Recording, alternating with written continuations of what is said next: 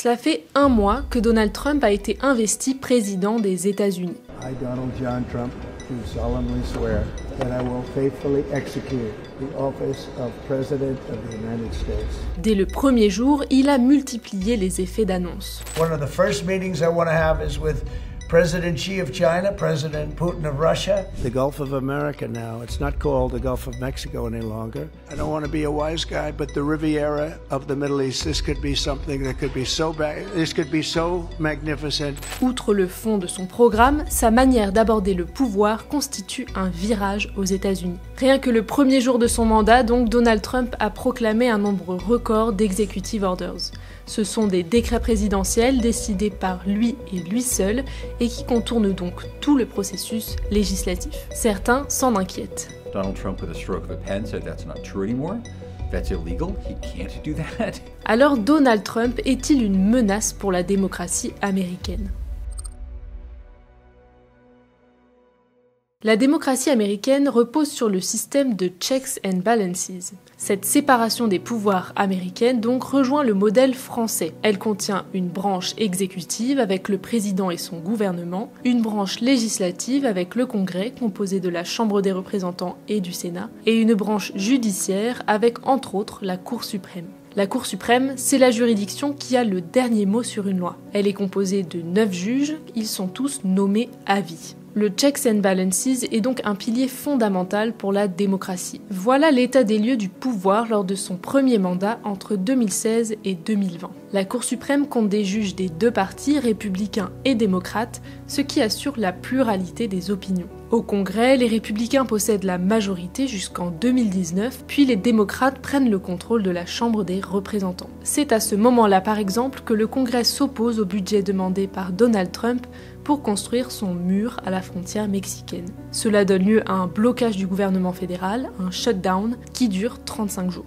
Lors de son premier mandat, donc, Donald Trump rencontre des oppositions et doit composer avec les contre-pouvoirs qui sont prévus par la Constitution des États-Unis. Si l'on regarde la situation en 2024, cette fois, elle est un peu différente.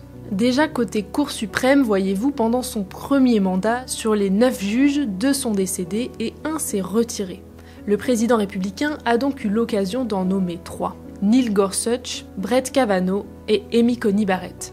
Si l'on ajoute les 3 nommés par George W. Bush, républicain également, il n'en reste que 3 nommés par un président démocrate, Barack Obama ou Joe Biden. Autant dire que l'équilibre des forces politiques suggéré dans la Constitution pour cette institution est loin d'être respecté.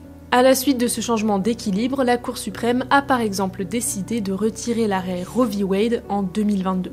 C'est lui qui protégeait le droit à l'avortement aux États-Unis. Une décision donc éminemment républicaine. Côté Congrès, les élections de 2024 ont confirmé une majorité républicaine renforcée dans les 2 chambres. Conclusion, que ce soit le pouvoir exécutif, législatif ou judiciaire, les 3 branches du gouvernement fédéral sont désormais dominées par le camp républicain. Grâce à ça, depuis son arrivée mi-janvier, Donald Trump teste les limites du système. Et c'est là que les analystes partagent leur inquiétude. Congress really has bent the knee to Donald Trump, the Republican-led Congress, early on ceding their power to advise and consent to nominees. The Congress hasn't really stood up with one voice. Democrats are jumping up and down, they're outraged, but the Republican majorities aren't moving against Donald Trump, and that's concerning here because Congress in many ways, as the Article 1 branch of government, is meant to be the primary check on the president, the Article 2 branch. L'exemple le plus flagrant pour cela, c'est par exemple le souhait de Donald Trump de démanteler l'agence USAID, l'agence américaine pour le développement international. Il a par exemple gelé les budgets de l'agence, suspendu des milliers de salariés et nommé Elon Musk pour superviser ses activités. De nombreuses plaintes ont été déposées auprès des juridictions américaines pour contester la légalité de ces mesures. Au total, ce sont des dizaines de poursuites qui ont été lancées contre les executive orders de Donald Trump. Ce que disent certains analystes en revanche, c'est que Donald Trump connaît le fonctionnement du système.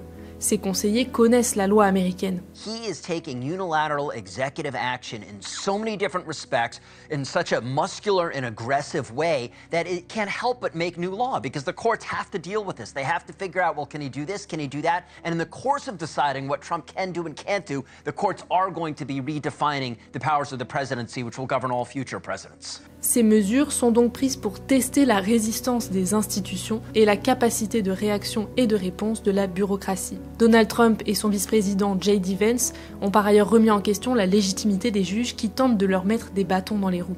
Ils remettent ainsi en cause le fonctionnement même de la démocratie américaine et de l'équilibre des pouvoirs.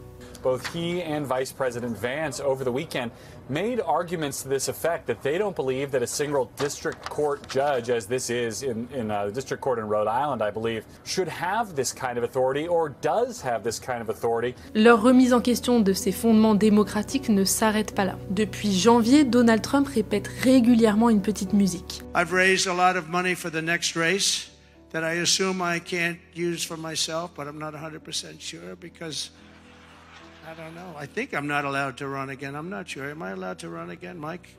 Il envisagerait de se représenter à un 3e mandat, donc en 2028, alors que la Constitution n'en permet que 2. S'il rétorque à chaque fois que c'est une plaisanterie, il insiste très souvent sur cette possibilité, à tel point que certains élus républicains ont commencé à évoquer un changement de la Constitution. Si Trump continue de diriger avec succès, il n'y a pas de raison qu'il ne fasse pas un 3e mandat. La plupart des Américains ne veulent pas le voir partir.